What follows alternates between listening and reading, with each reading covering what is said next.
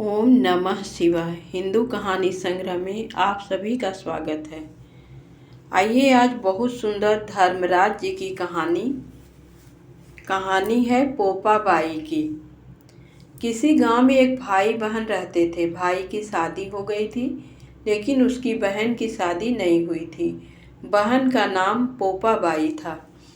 पोपाबाई हमेशा व्रत और नियम करती थी। एक दिन उसके भाई भाभी ने उसे शादी के लिए कहा, तब उसने शादी के लिए मना कर दिया। उसने अपने भाई भाभी से कहा, मेरे रहने के लिए गांव के बाहर एक झोपड़ी बनवा दो, मैं उसी में रहकर अपना जीवन व्यतीत कर लूँगी। गांव के सभी लोगों ने से कहा, हे गांव वालों, आप लोग अपने अपने गाय बछड़े को मेरे झोपड़े के पास घास चरने के लिए छोड़ दिया करो। मैं सभी के गाय बछड़ों की देखभाल किया करूँगी। जो भी बचा खुचा खाना हो वह भेज देना, मैं वही खाकर रह लूँगी। इसी तरह बहुत दिन बीत गए। एक दिन उस देश का राजा शिकार खेलने जंगल को जा रहा था कि उसकी नज़र गांव के बाहर बने पोपाबाई के झोपड़े पर पड़ी। राजा झोपड़े के पास जाकर आवाज़ लगाने लगा, यहाँ कौन रहता है? जब कोई भी उत्तर नहीं मिला तो झोपड़े के दरवाजे को खटखटाने लगा। खटखटाने की आवाज़ सुनकर पोपाबाई ने अंदर से ही पूछा, बाहर कौन है? बार बार दरवाज़ा क्यों खटखटा रहे हो? क्या काम है?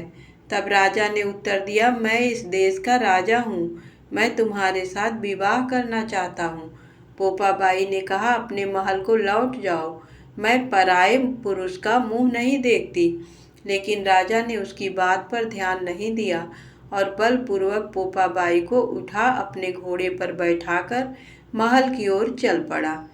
पोपाबाई ने राजा को श्राप दिया, हे राजा, तेरा राजपाट सब नष्ट हो जाएगा। महल में पहुंचकर राजा ने अपनी रानियों से सारी बात बताई। पूरी बात सुनकर रानियों ने राजा से अनुरोध किया कि पोपाबाई को सही सलामत उसकी झोपड़ी में छोड़ आवे। रानियों के कहे अनुसार राजा पोपाबाई को उसकी झोपड़ी पर छोड़ने चल पड़ा। रास्ते में पाप की नदी आई, जिसमें राजा डूब गया। पोपाबाई मृत्यु के बाद धर्मराज के दरबार में पहुंची। वहां धर्मराज ने उसे स्वर्ग का राज दिया। किसी गांव के एक सेठ सेठानी की मृत्यु हुई। वे दोनों मृत्यु लोक से स्वर्ग लोक को आए, लेकिन स्वर्ग का दरवाजा बंद पड़ा था। उन दोनों ने धर्मराज जी से स्वर्ग का द्वार खोलने के लिए विनती की। तब धर्मराज ने कहा, इस पर पोपाबाई का राज है। सेठ सेठानी ने कहा, हम पोपाबाई को नहीं जानते। तब धर्मराज ने कहा कि मैं तुम दोनों को 7 दिन के लिए मृत्युलोक में भेजता हूँ। वहाँ जाकर 8 खोपरा से राई भरकर 5 कपड़ा ऊपर रखकर कहानी सुनना और उद्यापन करना और इस प्रकार कहना, राज है पोपाबाई का, लेखा लेगी राई राई का। बोलो पोपाबाई की जय।